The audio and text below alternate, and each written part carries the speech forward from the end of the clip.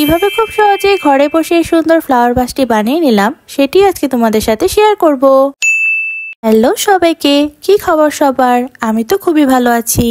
চলো আজকে তোমাদের সাথে একটি নতুন জিনিস বানিয়ে দেখাই। এর জন্য প্রথমে আমাদের একটি খালি বোতল লাগবে। আমার কাছে একটি সসের বোতল ছিল, এইটা কাচের বোতল ছিল। এটাই ভাবলাম আজকে নতুন কিছু বানিয়ে নেওয়া যাক।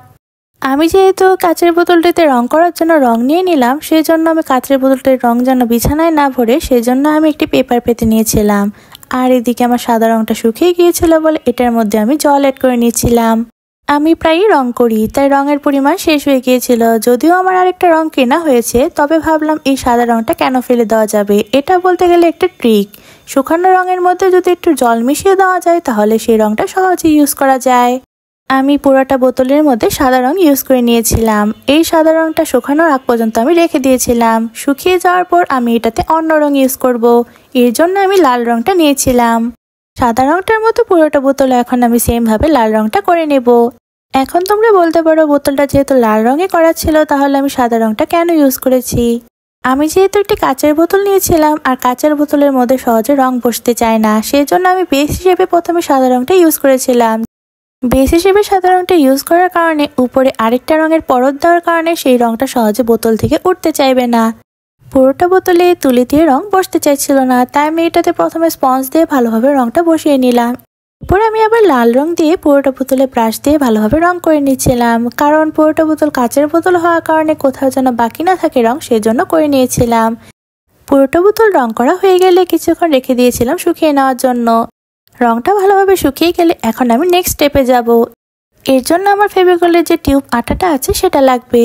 বোতলের যে উপরের অংশটা আছে সেটার মধ্যে আমি অল্প অল্প করে ফেভিকলের আঠাটা লাগিয়ে নেব। তারপরে আঠাটা আমি হাত দিয়ে ভালোভাবে ব্লেন্ড করে দিব যেন সবটা ভালোভাবে মিশে যায়।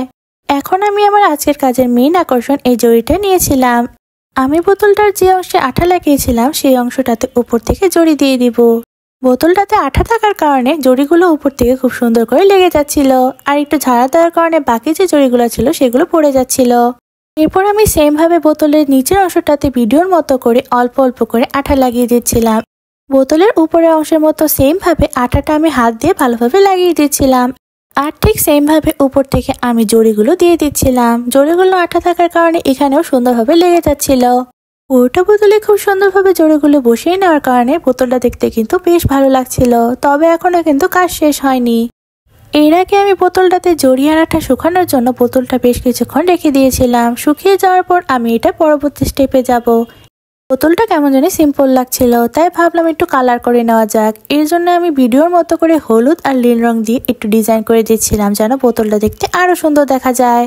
বোতলটাতে রং করে নেওয়ার পর আমি এটাকে শুকিয়ে নেব ভালো করে। আমার বোতলটা ডিজাইন করা একদম রেডি। বোতলটা দেখতে অনেক বেশি সুন্দর লাগছিল, আমার কাছে তো বেশ ভালো লাগছিল। এই বোতলটা ঘরে সুন্দর করে সাজিয়ে রাখা যাবে। একটা প্লেন সিম্পল কাচের বোতলকে কিভাবে গর্জিয়াস বানিয়ে নিলাম তাই না? দেখতে কিন্তু বেশ ভালো লাগছে। এভাবে জড়ি দেওয়ার কারণে দেখতে কিন্তু আরো গর্জিয়াস লাগছে। সত্যি বলতে আমি তোমাদের কাউকে এগুলো বানানো শেখাচ্ছি না। তোমাদের কাছে আমার এই জিনিসটা ভালো নাও লাগতে পারে, তবে আমার এসব নানা রকম জিনিস বানাতে ভালো লাগে আর তাই ভিডিও বানিয়ে তোমাদের সাথে শেয়ার করি। এই সুন্দর কাচের বোতলটিতে আমি একটি ফুল রেখে দিয়েছিলাম। ফুল রেখে দেওয়ার কারণে এটা দেখতে আরো সুন্দর লাগছিল। এটাকে তো আমি ফুলদানি হিসেবে ইউজ করব।